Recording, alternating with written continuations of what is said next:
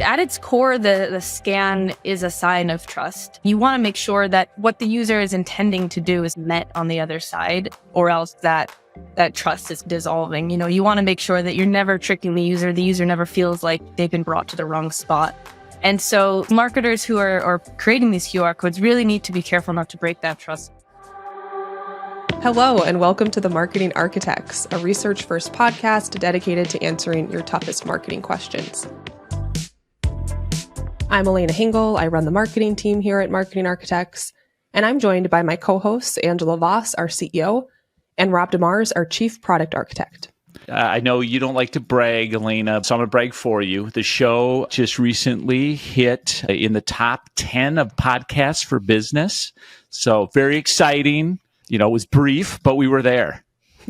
I was going to say, for a brief moment, we were nearly famous in the business and marketing podcast space, which is honestly all I've ever wanted. Here we go. We're joined by Tilly DeNardo, our Associate Director of Product Optimization at Marketing Architects. Hi, happy to be here. Thank you for joining us, Tilly. We're back with our thoughts on some recent marketing news, always trying to root our opinions in data, research, and what drives business results. Today, we're talking about the rise of shoppable advertising. What's the state of shoppable ads, and how should you be leveraging them in your advertising? We're also going to share our own original research we just published about the effectiveness of QR codes, which is why we invited Tilly to join us today.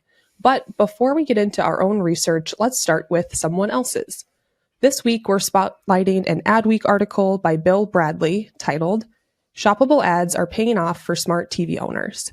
The article covers a recent survey of 1,000 smart TV owners from Samsung Ads and Curve Interactive. The study found that more than 25% of respondents shop online or on a mobile device while watching TV, and 28% browse for an item after seeing it on TV. 55% recalled seeing a shoppable ad, and 50% have interacted with a shoppable ad. As far as the kind of shoppable ad, 79% of respondents either scanned a shoppable QR code or they looked up the product online to find more information after seeing an ad. And 45% either scanned to purchase or bought the product at a later date in person or on a different device. As far as how the shoppable ad purchase process was concerned, 51% purchased through their TV, but 57% said they would most likely purchase with their smartphone.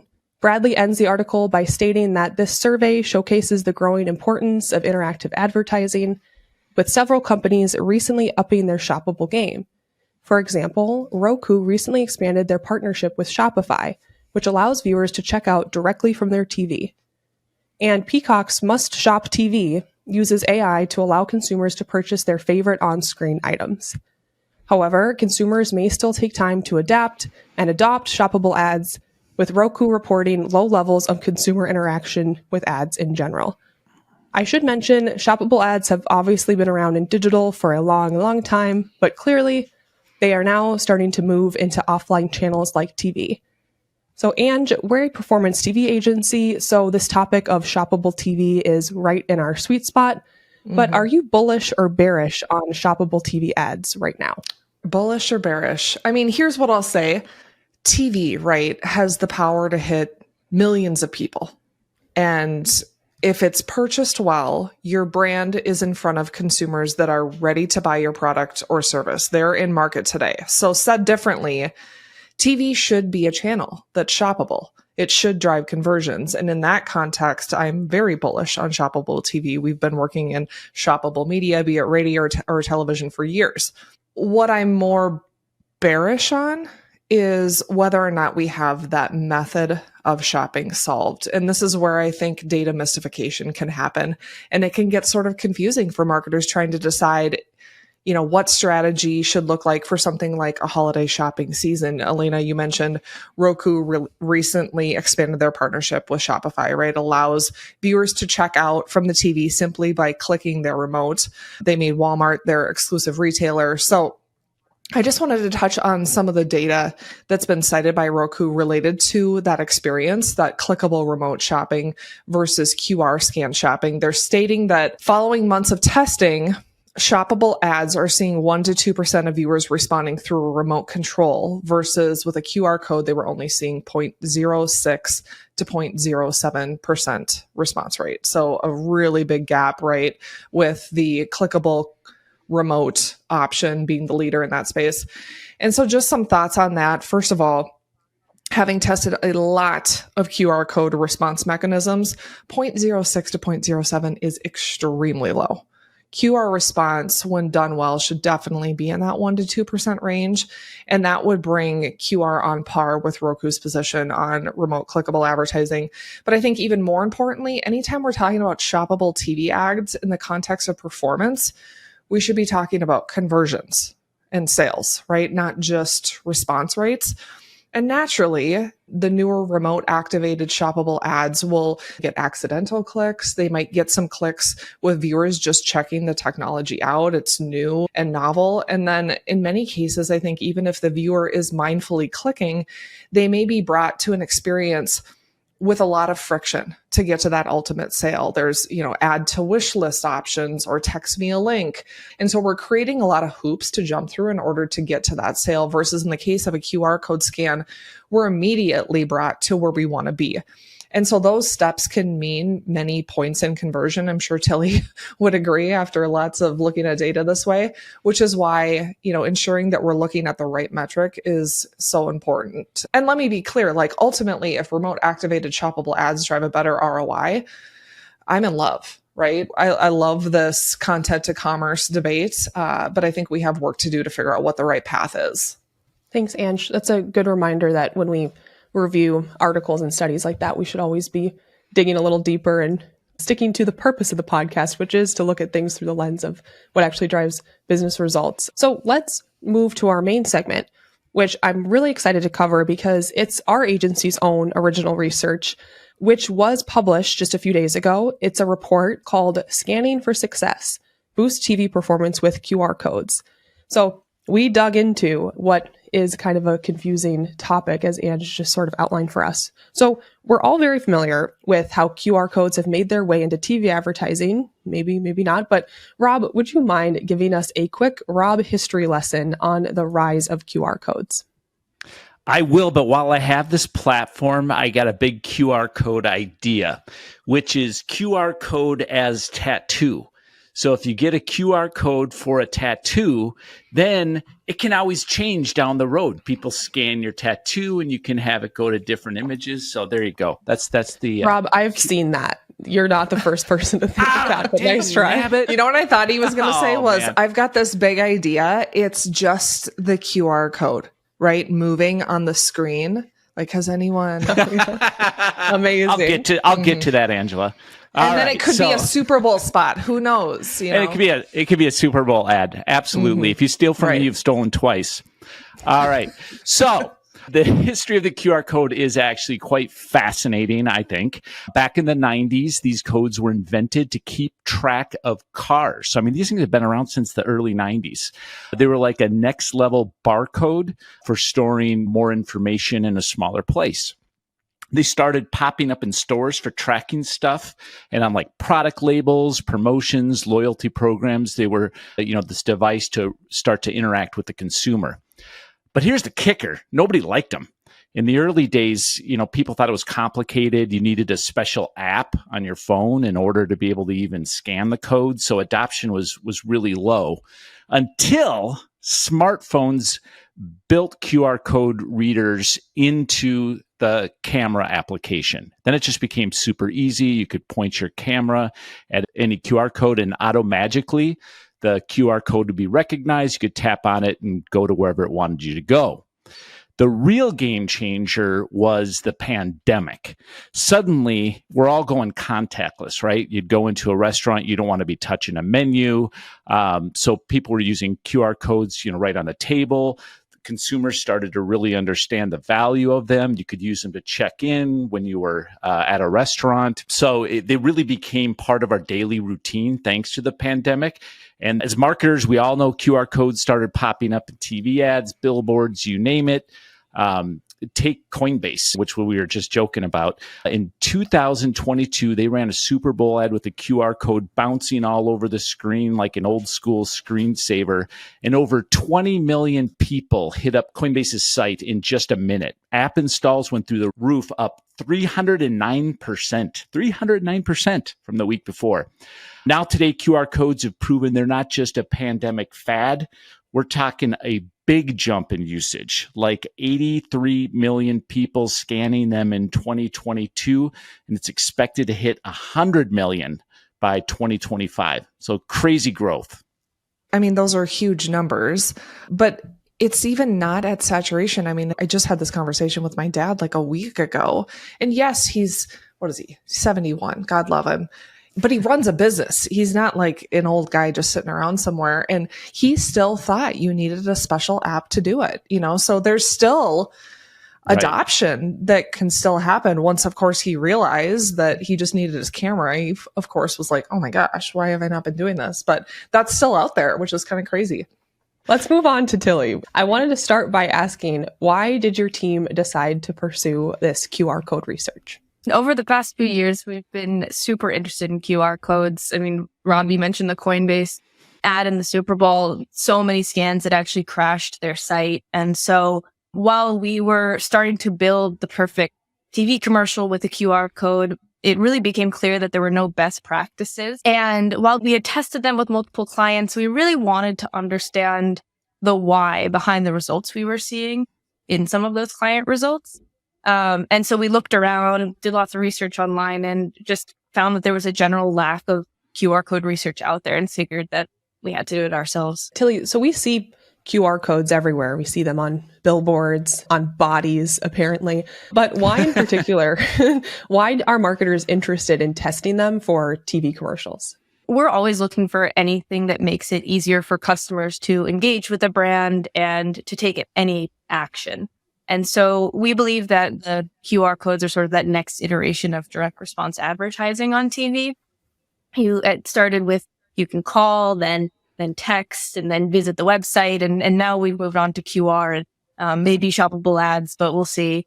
And so we're really excited about QR because there's so much flexibility for the user to get to exactly where they want to go. You can set it up so it drives the user to download an app, or see a piece of clothing that they saw in an advertisement, or order straight from a restaurant. You really can put any destination after the QR scan, and there's no long URLs to remember, or phone numbers or anything like that. It's very easy. So Tilly, before we get into kind of the nitty gritty of what you found, when I read marketing research, maybe I'm just a nerd, but I love the part about how they got to what they discovered, and what you had to go through to find all this information was pretty interesting. So could you kind of summarize for us how your team gathered all this data?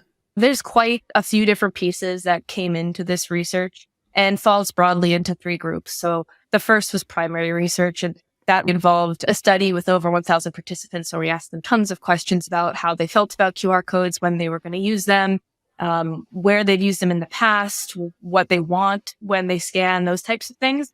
And that gave us a ton of insights. And then we also did a lot of user testing with over 65 users, where we were speaking directly to people in interviews and asked them how they engage with QR codes and what their preferences are too. And it was really great to hear straight from their opinions. But then there was also lots of secondary research from trusted sources that we typically go to. So like Nielsen, Statista, eMarketer, all those different groups that do their own research, really to get a baseline understanding of the current applications and adoption of QR codes, plus getting more context around consumers' general sentiment towards the technology. And then finally, we had a lot of in-market TV campaigns from our own clients and spots that we've tested. And we took the results from these tests and were able to look at the results and then compare them to the primary research that we did, and sort of pull the why into those test results and look through the numbers and say, this is the reason those numbers came out the way they did. So speaking of results, let's get into the good stuff. How did QR code response rates compare to more traditional response methods? The data we've seen definitely can vary. It can vary by client, by industry, by offer, spot length. So many things really go into the results. We've seen QR codes that were successful at driving incremental traffic to a destination. So users visited the site via the URL and the QR code, multiple ways to get there. We've seen results where the QR code and the non-QR code spots were on par with each other.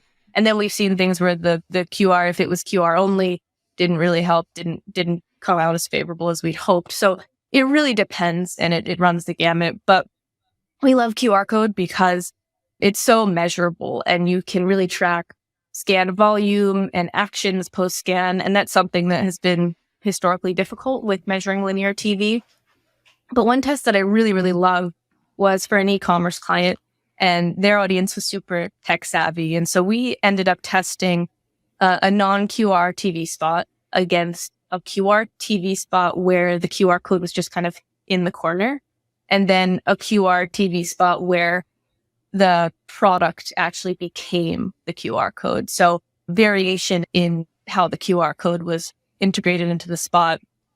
And the results were kind of as you might expect, but super interesting. The spot with no QR code performed the worst. And then the spot with the QR code that was fully integrated performed the best. And then the one with the QR code just in the corner was in the middle. And it's kind of obvious now looking back at all the research why the results sort of netted out this way. But we think part of the reason is that we knew the audience. They're super tech savvy. And so watching that product evolve into the QR code was something really cool to look at and really elevated the brand. And so that worked for them. It might not work for another brand. It's really key to know your audience and to think through the best approach to bringing in the QR code. Tilly, one pushback that sometimes you hear about in the industry around QR codes is just a lack of trust, right? You hear these stories about QR codes being used to scam people. And I'd assume older age groups might have a trust issue. So do you have thoughts on trust as a limit for adoption? Absolutely. That theme definitely came out of our research, and especially that older demographics seem to be more skeptical of the technology. We found that there are certain things users are more or less likely to scan for. So they're really into scanning for discounts or coupons, but logging in to pay a bill or maybe provide personal information that kind of goes outside of name and email address, they're a little bit more skeptical of something like that. But one interesting point that we did find was that TV really brings a level of trust to the QR code. We know that TV elevates brands and is a trustworthy medium that really carries through to the QR code as well. People are more willing to scan because they see the brand is on TV, a brand on TV pays TV prices, and there's already a level of credibility sort of built into that. But that being said, there are still things that you can do to increase a user's trust and willingness to scan. What's really important is telling the user exactly what they're going to get if they scan. You can't just say, scan this QR code and see what happens. It's scan this QR code and get your 20% coupon. And then you need to make sure that if that's what you're telling them they're going to get, you give that to them. Because if you don't and you take them to a page where they then have to click through and do a bunch of other things, they're going to feel like they've been tricked, and it's just going to lower their trust in the brand and their willingness to scan in the future. And so being very clear what you're offering them, you bring them there, you meet their expectations is really critical as well. That makes a lot of sense. What about spot length, Tilly? When you think about spot length, I've got to get my phone out. I got to, put it up there and scan the code. Does spot length come into play? Like, they work better on longer spots, or does it not really matter? From some of the tests that we've done, we've seen that the data points towards longer spots being more successful. The 15-second spots, we haven't really seen great results there, and 30 seconds are better and 60 seconds are even better. But in that example, we saw those test results, 15 versus 30 versus 60. And then when we dug into the why, users actually told us firsthand that it takes some time to take out their phone. They have to open their camera app. Some older users especially might not have their phone in their hand while they're watching TV. They might have to go reach across the table or even get up to get their phone. And then just opening the camera can be a little bit challenging depending on the person too. And so we know that the longer the spot length, the more time they have to scan, and that's absolutely a factor. Tilly, Cool. One thing you mentioned a little bit ago was the importance of, if you have an offer on screen, make sure that when they scan the QR code, you have that same offer on your website to help with trust. Is there anything else that marketers should know about user expectations from when you scan the QR code to wherever that brings them? Because that is a little bit of a different user journey. If you're scanning a QR code, you're expected to go somewhere very specific, I would think. At its core, the scan is a sign of trust. And so just with anything, websites and search results and everything, you want to make sure that what the user is intending to do is met on the other side, or else that trust is dissolving. You want to make sure that you're never tricking the user. The user never feels like they've been brought to the wrong spot. And so marketers who are creating these QR codes really need to be careful not to break that trust, because they're less likely to want to connect with your brand in the future if they feel like you're tricking them in some way. And so the user really wants to know what they're scanning for, and marketers need to meet that expectation on the other side. So making your call to action super clear is absolutely important, and making sure the destination lines up. But then the other thing is that users are super protective of their privacy, rightly so, but the higher commitment ask you are having them do or having them scan for, the more motivated they need to be and the more trusting they need to feel towards you. But the more personal the information, the higher level of commitment you need from the user. Makes sense why it's nice to have QR codes on TV, because you do have that natural trust from a channel like television. So the end of the report, we get into kind of the nitty gritty details about adding QR codes to your commercials, specifically how you could include a QR code, not just as an afterthought, which personally I think is mostly what I see when I see a QR code on television, but how can you add the QR code to your spot to get the most possible response? So Rob, what can you tell us about creative best practices for QR codes? The only thing worse to slapping on a QR code and calling it a day is slapping it on like the last 3 seconds of the commercial and calling it a day, which you see that a lot too. Make it a part of the story. How do you bring it into the whole narrative so it doesn't fight against the storytelling and the selling that's going on? Burger King did a great job a while back, very similar to Coinbase, where they actually used the QR code as like a moving target so that you could get a coupon. Like they gamified the spot thanks to the QR code. So it actually opens up a whole door of creativity when you start to think about this interactive piece that you can put into your commercial, and what couldn't you do with it now? I definitely think that calling out the QR code is helpful as well. Like tell someone, hey, scan this, and tell them what they're going to get if they scan it. Like give them a reason to scan it. But I think at the end of the day, the one thing that QR codes really offer that's exciting from a creative perspective is this really cool ability to test like you haven't been able to test before, because QR codes are unique identifiers. So it really allows you to drill into the weeds and understand why creative A or creative B drove better response or not, because you have that device in play. Thanks, Rob. Well, now we've probably covered what must be the most extensive research into QR codes in TV advertising that there is. So, and I thought a fun way to close this episode out might be with this question. You have a crystal ball. What do you see for the future of shoppable ads in TV? Oh, I love the crystal ball question. I think an obvious is the behemoth of all shopping, right? Amazon has been pretty quiet on this topic. We did hear that viewers watching the coverage of the first ever Black Friday NFL game on Amazon are going to be able to buy products from some brands like Dyson without navigating away from the action. So there's that, but there's got to be a big play coming. If you think about the thousands of products on Amazon that could eventually have an add to my Amazon cart play, those of us that are already spending too much on Amazon definitely don't need that in our lives, but you could see how applicable that might be. And then as we think about where this could go, we could see voice assistants being integrated into shoppable TV experiences. We very well may see this go beyond traditional ads to a place where shoppable features can be embedded into various forms of content, including sports. It could work its way into movie series. It really starts to blur the lines between content and commerce. And I think the ultimate tech advancement that could be coming, today I can screencast my phone to my television. And I don't think it's going to be long before your TV and your second device, be it a phone or an iPad, will operate seamlessly with one another, which would, allow for a much less clunky shopping experience for consumers. I think we're going to see amazing tech innovation. And what we need to wait for is, how will viewers and consumers react to them?